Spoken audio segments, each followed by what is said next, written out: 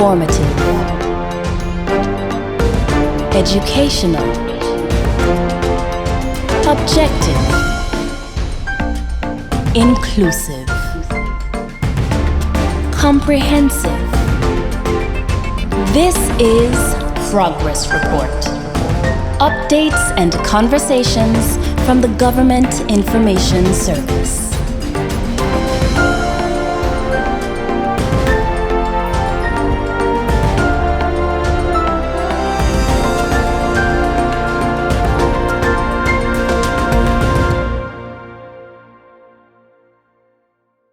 Good day and welcome to another episode of Progress Report. And look who we have back. I missed you. Oh. One day is too much. I'm certain you did it justice. You made me proud. I hope so. Okay. I did. Okay. We gonna go on the fact that I did because I didn't hear any really bad complaints. But that was a great show. Happy to have had the CEO for Asper and the new chairman in. Interesting times. And I think it was a good show. If you didn't listen, go back and listen. I think the information shared there would kind of help people to understand where government is going in terms of the security at the ports and everything as the changes that we're seeing. But they'll be back because they missed you as well. Oh, okay. So, we'll be back with that. But today, we have with us I'm gonna see if I can try to do it like how they do in a house. Oh wow. The single island-wide member. That's what you call. Close enough. Close enough. Yes. Ladies and gentlemen, listening, we have the Honorable Jose Vanterpool, a member of the opposition here in the house today. This has been a long time coming. When this show was conceived, you were one of the first. You were one of the first that I reached out to and follow instructions. When it was Ivan's show. That never happened. Yes. Back when it was your show. Back when. Yes, you did tell me, we need to get Josie. So. Conception. Literally, the conversation started from then. It was like this. Yeah, yes, this is yes. it. For a number of reasons. I know a bit about you. I don't see you in the gym no more. Because you're busy diving, you're busy taekwondoing, you're busy mentoring, among other things. House has you busy. I don't know. I think we just go to the house a lot, but I don't leave that for another conversation. But there's so in this one. Yeah, say that again? Maybe later in this one. Maybe later in this one, yes. Yeah, because we will touch on the house. But yes. It's important to have you here, man. Thank you very much for making it out finally. I think we're going to have a great conversation today because there's a lot that happens.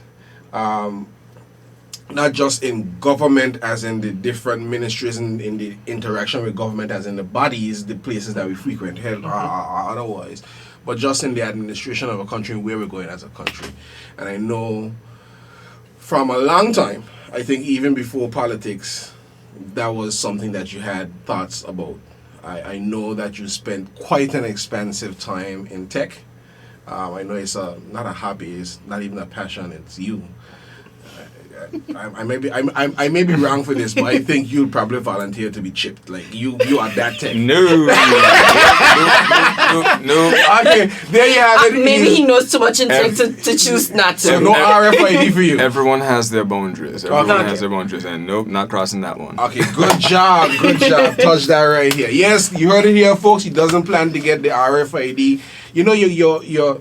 I'm going a little bit further ahead now. Go ahead. The previous show, the CEO for Asper, he talked about RFID and I smiled. I remember when I was in university, my professor, Dr. Lonnie Hudspeth, he was sharing a lot of information with me, and he's talking about how in certain places in the States and stuff, they were testing, like like you walk into the store and the money, you see the changes in monies over time, they were able to tell how much money you had in your pocket. And I mean, there's a bit of conspiracy behind of it, but he's talking about the fact that when they go into digital pricing and stuff, there are ways to manipulate this. When you pass through the door, they'll know how much money you have. When you go to the shelf, the price will change. So when he said RFID and they're looking from the ASPA standpoint to scan the containers, the contents of the containers, because everything basically have a chip, they'll know quantities and everything. That I was like, that's crazy. Where are we going with tech? I mean, to stop you, okay, you said a lot there. First of all, let me say thank you for having me. It's a pleasure to be on the show.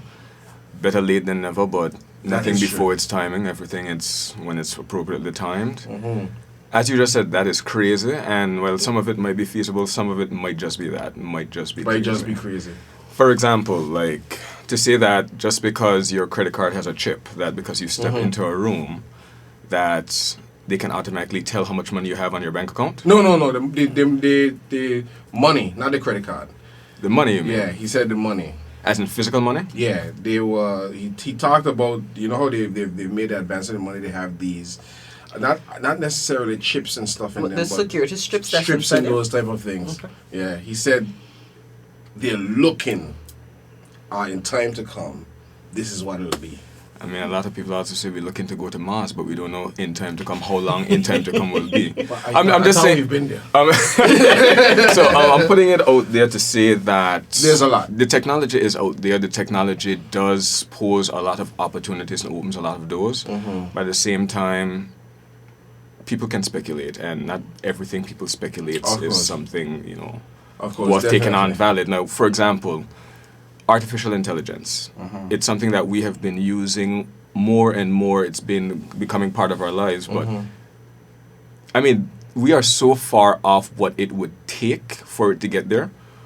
But there's so many negative aspects to artificial intelligence that you have to be able to think about. Right. And that in itself could have a lot further implications, I can think, than conspiracies dealing with like banking or controlling or chipping and all of that. I would say that is a more so realistic threat that we have to deal with, or things that are being adapted to. Definitely.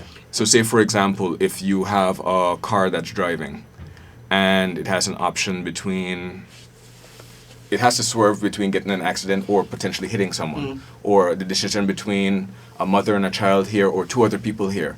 These are decisions that, how do you break that down for a computer to be able to make a moral or an ethical decision? Right. How do you then justify that the computer did the right thing? So there's a lot of different things. So. Yeah. And those are real life situations now. Yeah. It is. I'm glad you went there, because in my head and listening and, you know, whether it's conspiracy theories or just even thoughts of what technology can do, it's always the question of science versus morality. And where is the boundary? At what point do you push beyond, and what point do you see morally this is wrong? We don't cross that line. Well, I think when it comes to morality and science, there are a lot of pretty clearly drawn lines. For example, when you think of, we just had a pandemic, the releasing of a vaccine, the clinical trials, or the steps you have to follow before something is approved for human use, they tend to follow a lot of ethical lines. When it comes to like things like technology, it's not about necessarily the technology being moral. When we look at it, technology is just a tool. For example, a gun is a tool. A gun is a form of technology. Whether you use a gun to kill an animal for hunting or for protection of your property or your herd, or you use it to go and rob someone or to take another human life, the gun itself is not good nor bad. It is the intention or how the human behind it uses it. And I would say it's a similar thing for technology. So say, for example, let's go back to the RFID examples.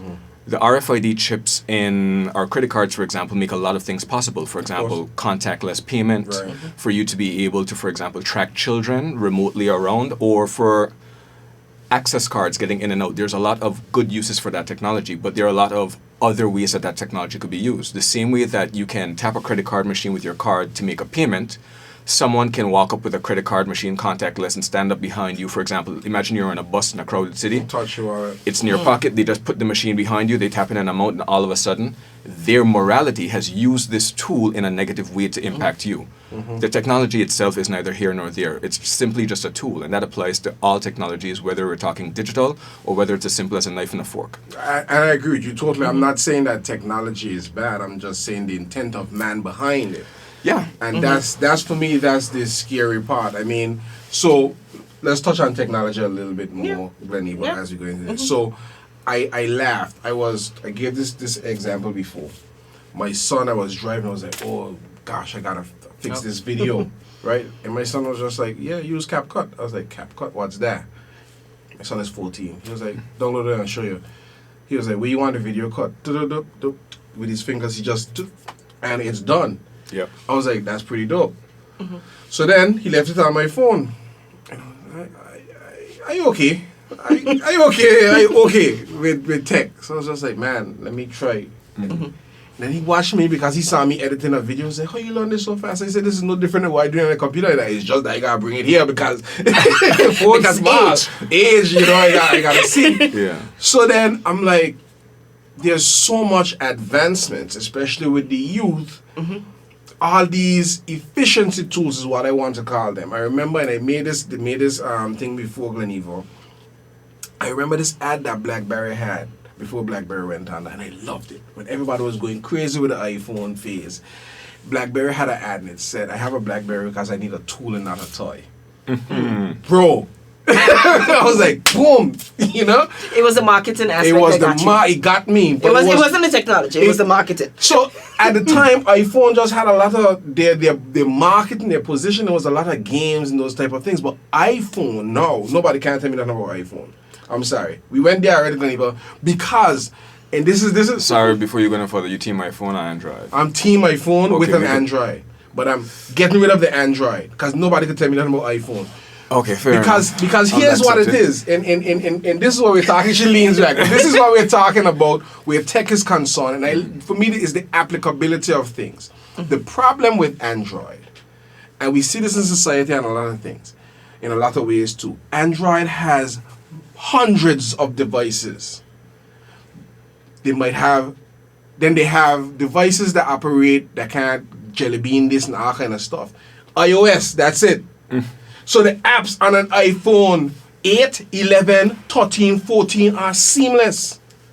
Whereas, because Android has all these devices, you have to have a high-end phone for the app to work pretty decently without all the glitches and the bugs and the fixes and these type of things. You can hold on just a little bit. I am going to say, you have just derailed because we are not about to make this about... No, I'm going straight back to Apple. We're not thinking about iPhone and Apple. I'm going straight back to the context of technology and what it can teach us about ourselves now. I think even in our modern society, I am not against exploring, but I think sometimes we go after a bit too much when we need to zone in focus. And if you ask me, I don't want to segue in education, but like, what's the focus of learning for children today, for example? That's interesting. So, again, a lot of different examples. Let me just jump in here. And Glenn Eva, I am sorry. I am not going to spend time jumping up because we know iPhone is better. But I'll go ahead and give some reasons why. To expand, when someone asks me why would I prefer the Apple ecosystem. For example, when I look at my laptop, as you mentioned, there was a BlackBerries because you want a tool, not a toy. As computer scientists, one thing I found interesting in the university, we don't refer to our computers as computers, they are machines. And they're literally just a tool. And when I pick up my machine, it's like, okay, I need it to be able to do certain things, which is why I go Mac. When it's like, it's night and day for Windows, but when you look at Android now, we'll forget that. We'll go just to Android versus iPhone. And the reason that I would encourage people to, if they want to develop, whether develop for iPhone or Android, I would tell them, hands down, every day, go for iPhone. The reason being, there are so many Android devices in the world today. It is by far the biggest operating system. As you mentioned, part of that is because it's open source. Now, there are pros and cons to everything. The good thing about open source is you can drill down, you have full control of that. That is kind of like Lego blocks. That phone, you can do whatever you want with it. You can rip it down, build it back up, and spec it out how you want. Yeah. Now, with Apple now, it's kind of way more locked in. You have less control over the phone unless you jailbreak it and those kind of things. So people will be like, well, why would I want that? Well, have you ever thought that Apple is one of the world's biggest companies, even though they control such a small part of the market share? Yeah. The reason is because of that open source nature for Android. If I develop an app now for Android and I want to sell it on the App Store for $50, you can go spend $50 and download it. But because you have full control of your phone, you can go into the file system, you can download the APK, you might either be able to reverse engineer it or you can then just post it for free. So I might have invested $25,000 into building this app And sell it for and you buy it once and now you can replicate it for free, or you download it, you rip it off and you sell it as your own for cheaper. Yep. So part of the reason that even though there's so much Android, the apps for Apple tend to be better is because the best developers go towards Apple, because even though the ecosystem is designed that way to ensure developers get paid for the work that they do. And because they know they're going to get paid, they invest in the time. So you mightn't be able to rip it up as you may do your Android, but the quality of apps you're going to get is going to be way higher. The market of apps you're going to get to do. And when it comes to, for example, professionals who look for simplicity and who look for those tools, they kind of market for those. So for people who literally want to use technology as a tool, I'm sorry, I do think that Apple makes it easier unless it's really the computer scientist who wants to go down and dirty, but most of our computer science class had Macs, I'm sorry. But this was always a debate in school, so don't worry. Listen, I have a completely different take, but I really want to take what you said with my Samsung and go somewhere different with it, because you sort of touched on it in terms of education, our youth, and where we're going with that. And you're speaking about developing, and I know that you teach, you go into the high school, you impart all of this knowledge, because our listeners, I did forget to give a disclaimer that this was going to be the techie talk today. And for some of us, it might just fly over our heads. We just want to be able to use our phones. But how switching to the education aspect and not looking at it from the consumer side of it. Because as a consumer, none of what you said there to me matters, quite honestly. Until your phone starts freezing up. That doesn't happen. But as the consumer, that discussion is above me. And there's a phrase I've been trying to run my head. There's a phrase that my daughter uses to describe Apple. And it'll come to me before we finish. I hope it's a good phrase, but go ahead. But don't worry, their feelings tend to change when they can start to afford it. Yeah. there you go. But when we're looking at education and our students, because I'm hoping that we are at a point where we are teaching our students to be more than just the consumers of technology, but the producers of technology. Is that something that you are seeing us move towards in the high school? Are we getting, and then not even just in the high school, I know in your private life you also provide some support there. Is that something that you see us moving towards? Definitely, hands down. I see no reason or anything that's stopping us from particularly moving in that direction. So our students are very capable. That's one thing. What they need is the exposure. They need to know that these things are available or that these are possibilities. So you'd have mentioned, like, I do a lot of work with the Department of Youth and Culture in terms of putting on the summer coding camps. Every now and again, whenever it allows, the IT department invites me into the school to give talks and to work along with the IT students and the computer science students. And there's a particular video that I always play, and every time I get the chance or a fresh set of students, I always share it with them. It's a 5-minute video by code.org on YouTube. Why should I learn to code?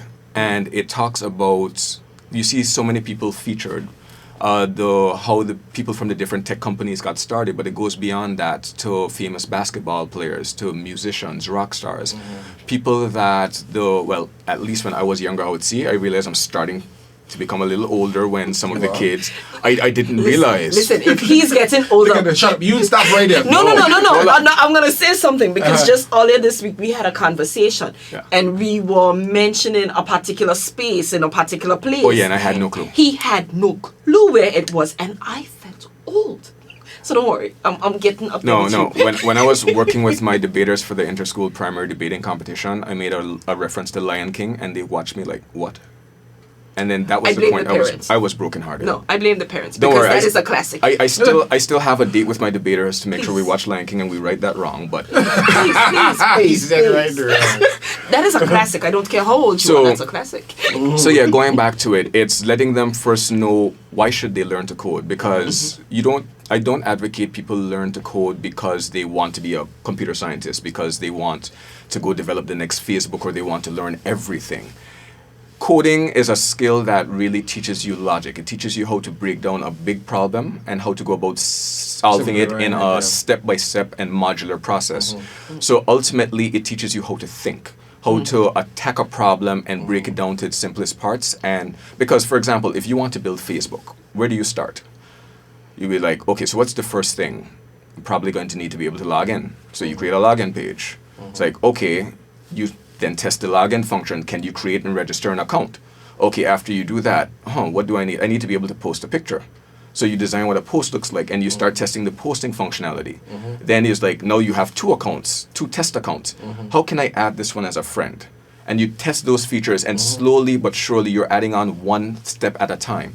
So to like put this into like direct terms, what I do in the coding camps, at least over the summer, the first day is usually an introduction to Python, just giving them an idea of the programming language, what it's like, teaching them what the commands are like, the syntax, etc., the structure, the rules. And then from the very second day, we start by building a very simple game. It's usually a quiz game where the students come up with their own questions. They first teach the computer how to ask you a question. They then have to learn how to receive input from the user. How do you then assess if that is right or wrong? Then you have to check, is it equal to this? Or so then they do data validation, etc. And at the end of that first day, they've built a fully functioning game. At the beginning of the second day now, we have already learned input, output, how to ask the user things, how to do that. So it's like, okay, let's say we want to play a random number game. But now what do we need? We need a random number. So then you teach them about how do you import modules. You need a random, you import the random module. What are some of the functions you do? So then when you teach them how to generate a random number, it's like, okay, so how do you think we could go about getting this random number to give us the result we want? And it's you slowly build them up. And by the end of the week, they would have created 5 different games. So even though it's only 1 week, they can't say that they don't know how to code. They can literally log on and play games that they have made themselves. And they would have learned how to build upon successively stronger or harder problems. So one of the things that I like about that approach is that it teaches them little wins. Like every day is like you go home like, oh my God, I did that. And then you come in and say, oh, I do it again. So hopefully repeating that feeling lets them know that they are able to do so. So about 2 or 3 weeks ago, I would have gone in and had a session with the sixth form IT and computer science students. And the topic that I was asked to speak on was what we would call HCI, which stands for Human-Computer Interaction. And a lot of people don't really think about that because computers in our lives are synonymous. They're ubiquitous. They're everywhere right now. We don't think, how often do you have your phone on you?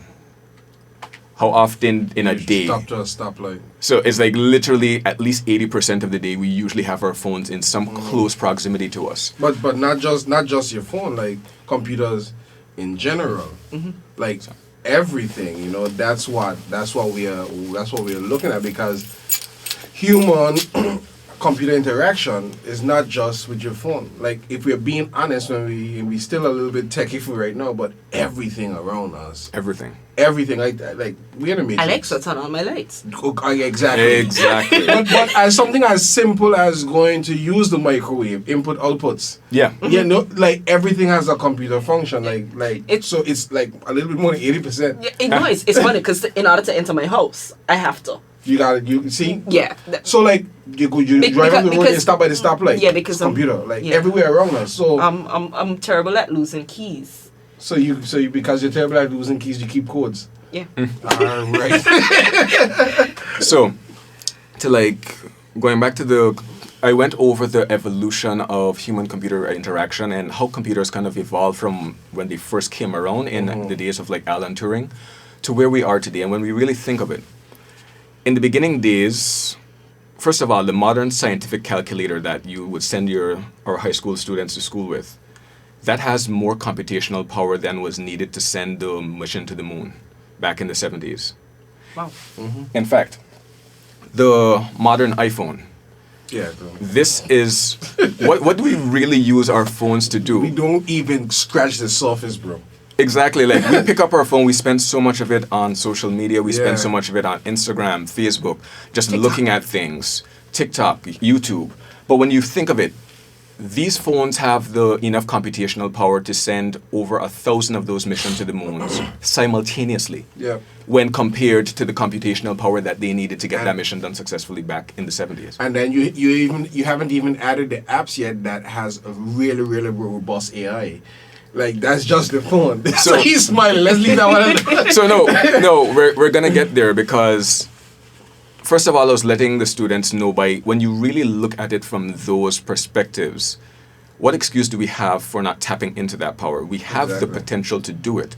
So I kind of got them in the realm of thinking, what are you doing with the tools that you have available to you?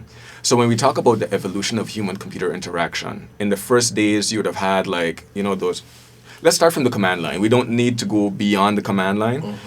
But the command line is usually what you would see, I guess, if you think the Matrix movie and that green writing or any of those coding movies when you usually have people typing across the screen.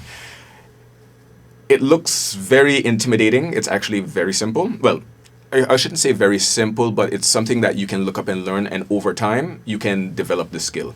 The issue with that is it has kind of a learning curve. If you're not willing to sit and learn the individual commands, which not everyone may be inclined to do, then that's a barrier to you being able to use a computer.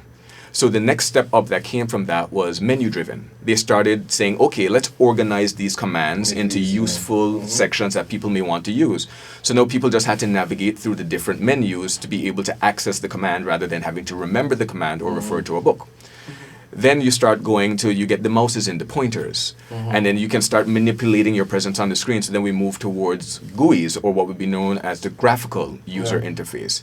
That's essentially the interfaces that we're accustomed to seeing when we look at the computer screen, where you have the different symbols, you know what to click on, and they trigger different actions.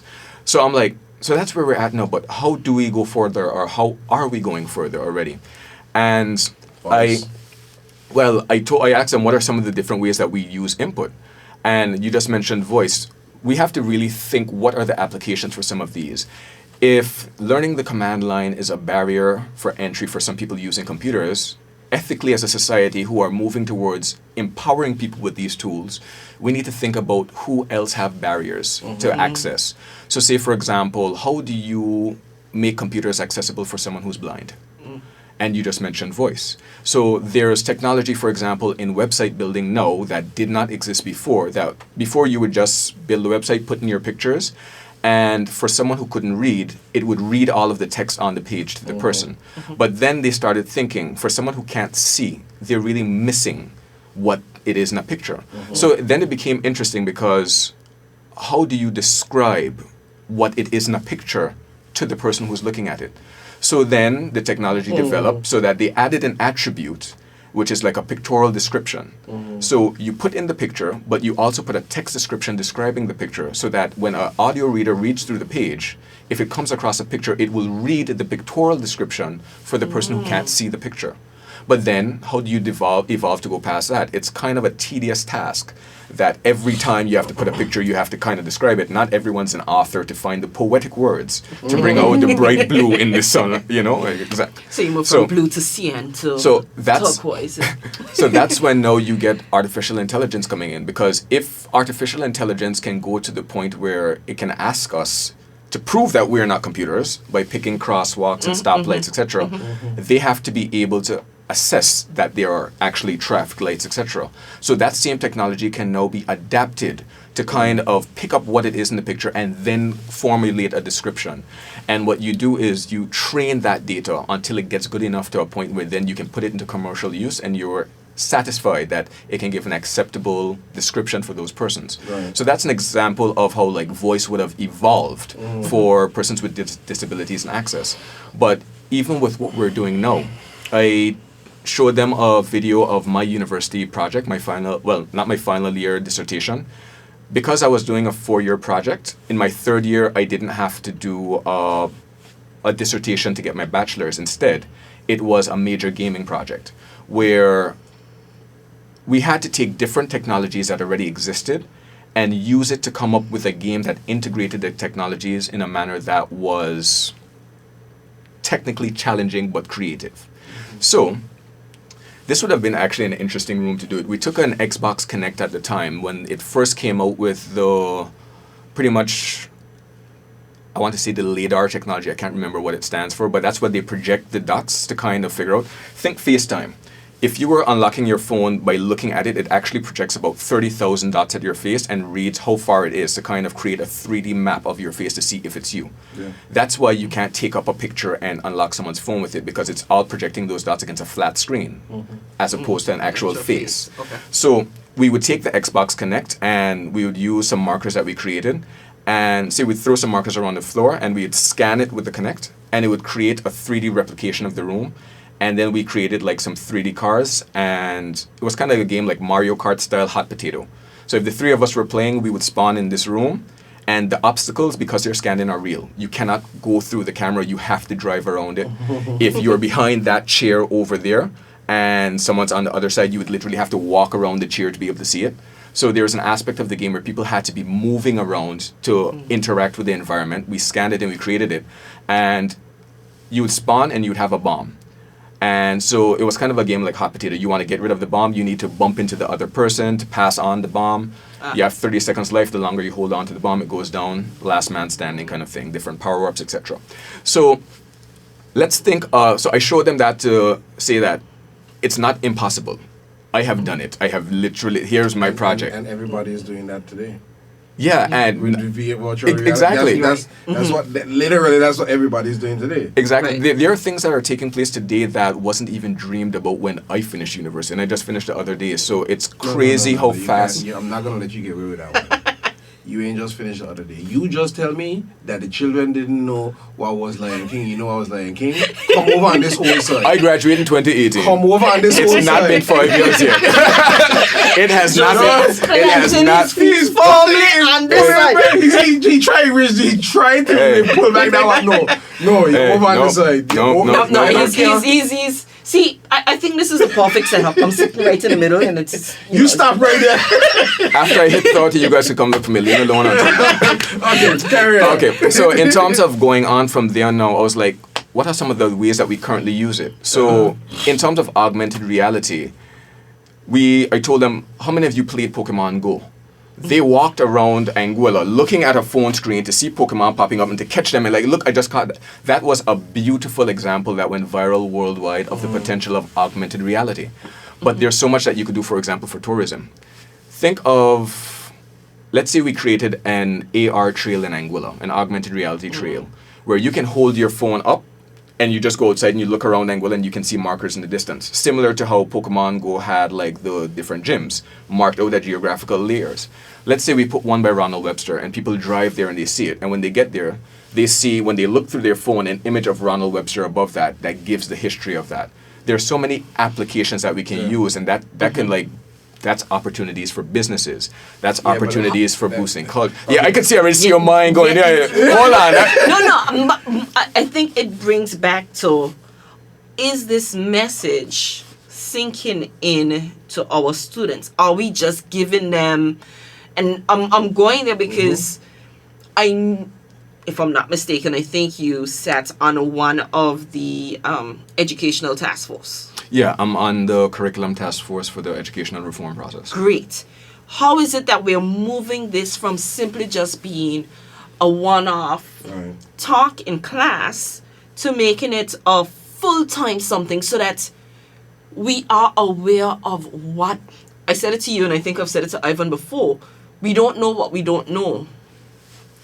How are we ensuring that our students are aware of these possibilities of how do we take what is out there, what is possible, and to apply it to our local context. Just like you gave that example of something that can be integrated into our tourism products. If we're looking beyond tourism, I know we had a conversation with your uncle, Mr. Venterpool, from the agricultural unit, and they were speaking about the flex farms. And Isabel was speaking about, checking the levels, and I'm like, is there an app for that? Yeah, literally. How do we get our students to think, again, I'm coming back to this, less consumer, more developer, more business, more, because for me it's about we use technology. There's no question about whether or not we use technology in our daily lives several times a day, but we need to move from being just the consumer. So I think you said it well when you said that we don't know what we don't know. And I think that itself is the major part of the problem. It's not that we don't have the potential. I can say let me go back a bit. I learned to code when I was essentially 5th form going to 6th form. I had a teacher who briefly at the end of 4th form started to teach me, but by the time summer ended and we came back to 5th form, she was no longer a teacher here. So the one teacher I had was gone. So I essentially learned the real basics of how to code between 5th form and 6th form for nothing other than lack of having a teacher to do it.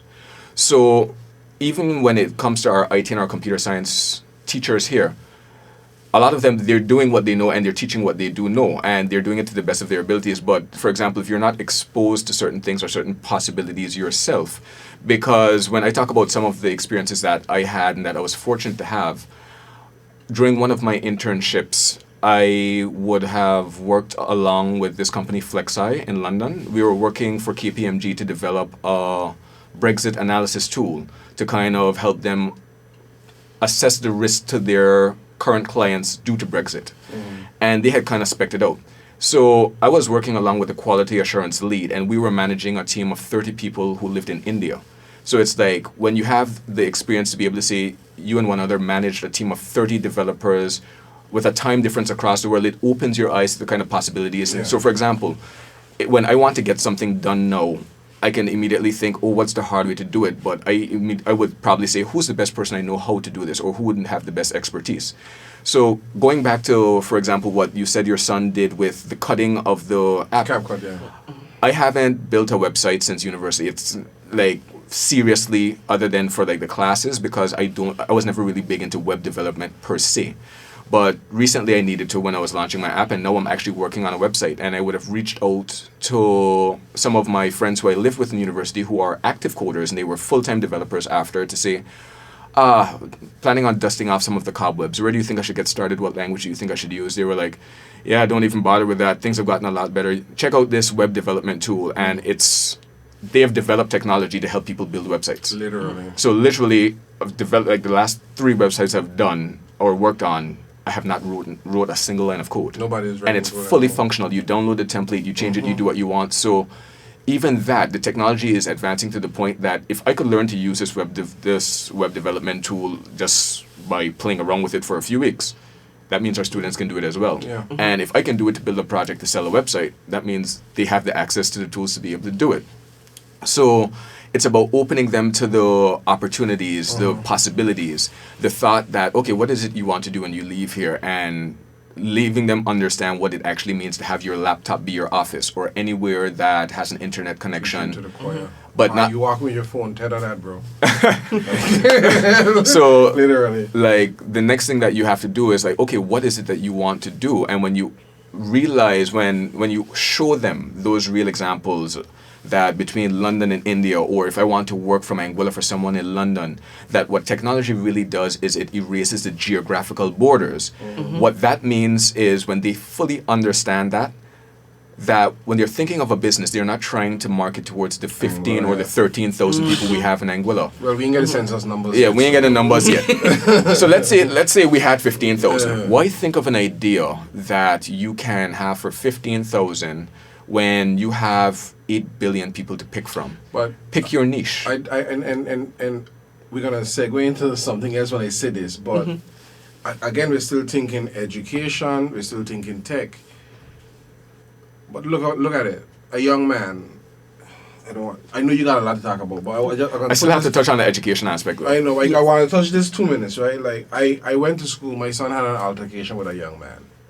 Went to school, and then we had to go back as parents, and the principal told him at that point in time the school wanted to do some stuff with TikTok, and his name came up, and he was like, yeah. And then I started. I've been observing him in the meeting, and I know he seems very socially engaged, and he seems very tech savvy. Turns out the kid got TikTok with more people following than Angular population. The boy several got times more. But the boy got a TikTok video with 5 million people having viewed this thing. I was like, you do Really? know what you're doing? Do you realize the potential reach? And that's it. At like that who's age. like, who's having that conversation? So you know why I went. I don't judge me. No. So we can stick a pin, and the reason we're gonna stick a pin is because I know where you want to go, but I kind of want to see. This was supposed to be a wide-ranging conversation, Yeah, and yes. I feel like this is a part 2, which means that that's an open invitation to come back, because we're sticking here on tech for a second. Because you opened up a can of worms here, where with such a reach, how do we teach The responsibility of that? The responsibility That's exactly that comes yeah. with that reach, because I know That's influenced on so many because levels. I know the content of the video that got the 5 million views, and so where is kind of back to where we started in the beginning? The ethics of the the ethics, morality. the morality. See, now, the- again, the 5 million video views has nothing to do with the content, save and except for that it appealed to 5 million people. Yep. So in other words, the ethics comes down to the creator, but ultimately, I don't know what the content is. The same ethics that was involved in creating the content apparently is the same ethics that appeals to 5 million people or much more. It's So much more, yeah. in other words, what that says is nothing to do with the technology, but what technology does is reveal a lot about us as mankind. Because, Yes. for example, when we develop technology, it doesn't matter our intent. What matters is how people end up using it. And, Well, are you responsible for how people use it? well, right. So are we teaching our kids that responsibility? Because there must be. well, let's not limit it to our kids. That's it's Thank you. In our sense, Are we no, teaching? that's a thing that has to do with humans in general. Yes. So, for example, when part of what I loved and what I would have studied would have been cryptography and system security. For the people bringing that down, security, how to make sure people don't use your technology in a bad way. For example, when you create your password for your bank account and the system works, and how do I make sure now people don't use the good parts of the system against it? So you have to then think of, okay, so this is all what I want to do. What do I want to make sure now it doesn't do? So the way we define this is the difference between functionally complete and functionally correct. A program or something you're designing is functionally complete if it does, let's say there are 10 things it's supposed to do and it does every one of those 10 things, it's functionally complete. However, if it does those 10 things plus 2 more things that were not scoped, what we call bugs or, the term just hit me, but essentially undesigned features, it is not correct. Because you never know what doors those 2 additional functionalities open to now violating the security of the other 10. You need to make sure it does exactly those 10 and nothing more. That's the difference between complete and correct. You are And that is something taking, that people in tech, we have to, it's about us as developers being responsible and understanding that when we develop a tool or something for use in the digital space, it is for use by consumers, and the consumers themselves may not understand the inherent risks or be equipped to do it. So it is part of what we have to do to guard against that. Now, going also back to, for example, Apple. I can't say, for example, the Android store. If you want to upload an app to Apple, you can go ahead and upload it. It won't automatically be there for download. It has to go through the verification team, which includes a security breakdown. Yeah, I mean, in just something that you touched on there, Gleneva, sorry for stepping in again. You know this is her show, right? Don't worry, you invite me first. I spent what you time. think. That's what you think. See, now the truth comes out. I spent time as an information risk management auditor for KPMG and BDO. Oh, really? Small world. See how that went full circle real Full quick? circle real quick. But what you're talking about right there is what I had to do in my role. You know, people don't understand even from an audit perspective. Everything that we do right now, and it's something that I even raised with the folks in finance, for example, I said, all right, we gone to these things. We don't have it's not consumer protection, it's called something else in St. Thomas. But literally, everything is computers, back there again. Who's going Data to the protection? Not data protection. That is Who's awesome. going, that's a different beast, but who's going to the pumps at the gas Calibrating. stations and making sure the IT component in these pumps is correct. What you know, you can manipulate those things to take. It's gonna show $17.09 as the price, but there's I'm about to say, careful what you're saying these tough economic times, and you might be giving people some ideas. So we gonna put up. no don't touch this. No, don't touch this because when people talk about consumer protection and PS Channel, Petty Barrett is still to come back and talk about that. These are things that you have to look at because there's a computer component to everything that we do. The computer is calculating what you see on the register in the stores. You know, the computer is calculating what you see at the gas station. The computer is calculating, for instance, why do you think you have all these recalls globally with some things? The label might read something, but the label didn't tell you that some salmonella happened or whatever the case may be. It's only after testing and stuff, these stuff done hit the shelves. Oh my gosh, we got to call back these type of things. But do you realize that most of the time you have those callbacks, unless it's a design flaw, usually in cases of salmonella, it's human error, but we can't ever get away from human error because it's us involved. Right. So my thing is, The faster we get away from human errors, to eliminate the human component of it, to automate it. what are you saying? I'm not saying not eliminate humans. I'm saying the best way to No, get rid of because human error is to okay. get rid of human influence in the system. I agree, but I mean, our producer Carvel just almost tried to eliminate me. So you not telling me that I was like, what is too I got you know? But no, but on a real though, like all jokes aside, we touched on a lot of things here today. I that we still didn't want to even- touch on the education You aspect. will, but I'm Yes. just saying like this opens up so much. So No, Yeah, let's- there's plenty that we can talk about. There's plenty of rabbit holes that we can go down and dig into, and this is something that I could talk about all day, every day. but So- I can tell because I know you want to get to the education aspect, but I'm asking for just 10 minutes so we You can do get your into thing. some of the other bits. Right, I'm So, gonna keep Okay, going. wait, hold on. So, So a we minute got- into we the got an hour? education. Yeah. And Alright. you see where we be. Give me a minute and a half. Give me a minute Okay. and a half. The one thing I have to say is, I think that's why I find it so important for me to go into schools and work with these younger persons, because really and truly it was just lack of a role model, or you need someone to open up your mind to the possibilities or expose you to what is out there or the potential of what is out there, to let them know that they already have the tools, but to just kind of redirect their focus and see like, okay, get them thinking about the what Right. ifs. So I think that is a very important aspect, and they will eventually go and reach out to others. So to me, it's not going as fast as I would, but it's like, how do you create an army of, I guess, little me's? in the aspect of being, in the sense of being passionate about technology. The man said, how do I create an army of little men? That just gave me a whole different. Exactly. In the sense that, how do you get a sense of people who are passionate about going out there wanting Be to fruitful code? and multiply, bro. Social security will think. Okay, yeah. Social security will tell you, because that was touched on this show as well. Right? Okay, yeah. So that's not the aspect.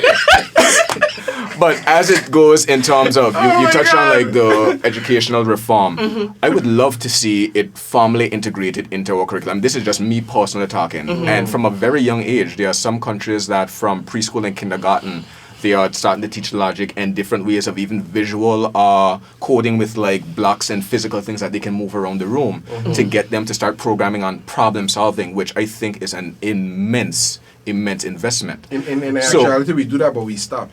Well, we have to get back in. So I think ultimately there is some call to get it formally integrated into the education system, but that itself will come with time. Yes. But it also needs to come with some other things. For example, we need to make sure that there is access to these devices and to internet connections widespread throughout. So government will have to work with the providers to ensure that homes have access, even the most disadvantaged. We need to make sure that our students are digitally literate. Not only our students, but our adults. If we were to move towards a society where, say, for example, we now move towards proper online banking. When I say that, I know we got online banking, but sorry, when you compare it to, let's say South Africa, Okay, because I know South Africans always make a joke and say that America is even backwards when it comes to their online banking systems. So that is, and I'm looking like, well, we far behind. like, it's interesting. So I think I got it with me. People always get interested when I pull out like a bright orange card. This is a card that I got when I was in university. You should have done that. You smart. They did it upside down, but I think I did. Yeah, blur out the card. Don't worry, thing I don't want to do it. So that is a card from a bank called Monzo that I use, and they stood out to us when I was in university, me and the guys I lived with, because they were fully digital bank. They owned no physical location. So we were like, what? So we started off being beta users and testing it out, and it has gone global. They're based in London. But with this, if I lose this card and I'm like, oh, where is it? I can literally open the app and tap freeze. The card becomes a useless piece of plastic. And then if I find it, I can just go to the app and tap unfreeze. Now you can use it again rather than having to call the bank, cancel, wait on getting a new card.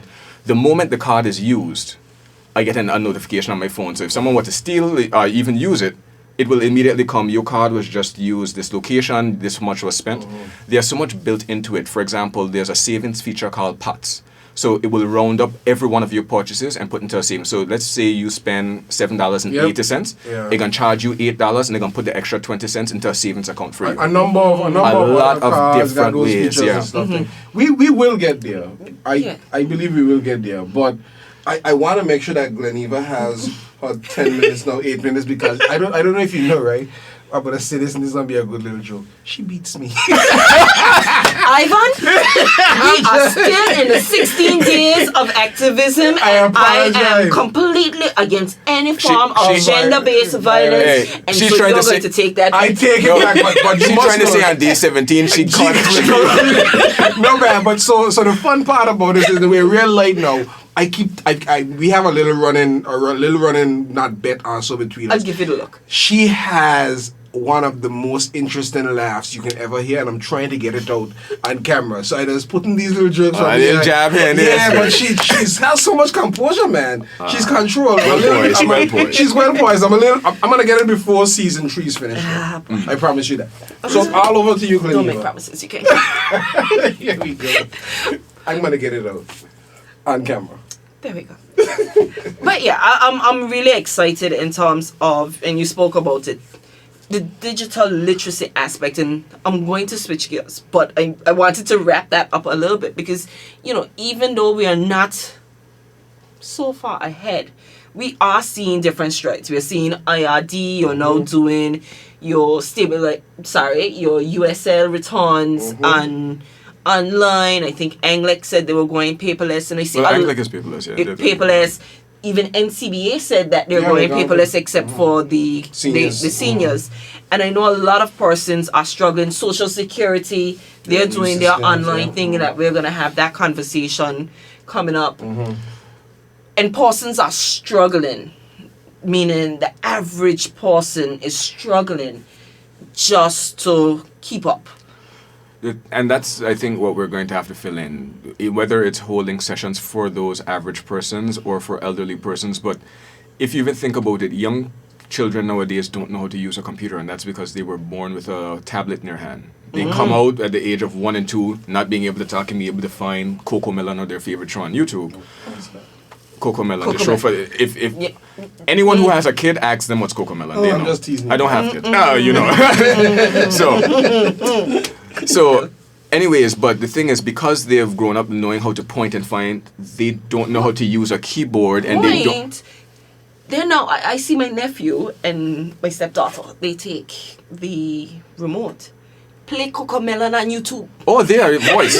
Right, They, yeah. they So- just press on Alexa. Alexa, play Cocomelon on YouTube. Alexa, put this on. So they've even gone beyond the pointing, and they're So not just the issue saying that what we're they going to want. have there is, for those persons, it's only going to be for a certain period, and it's going to be an adjustment period and a learning curve. But ultimately, because of how times are shifting, that won't be much of an issue. What we need to focus on, though, is how are we going to use technology to make sure that there aren't negative aspects to our children or our society's development? Because when you think of the impact of them not being able to use the keyboard or not being able to use the mouse, mouse is kind of like motor skills. The keyboard, you're looking at letters, you're formulating words, and you have to type that information. You're using your language skills.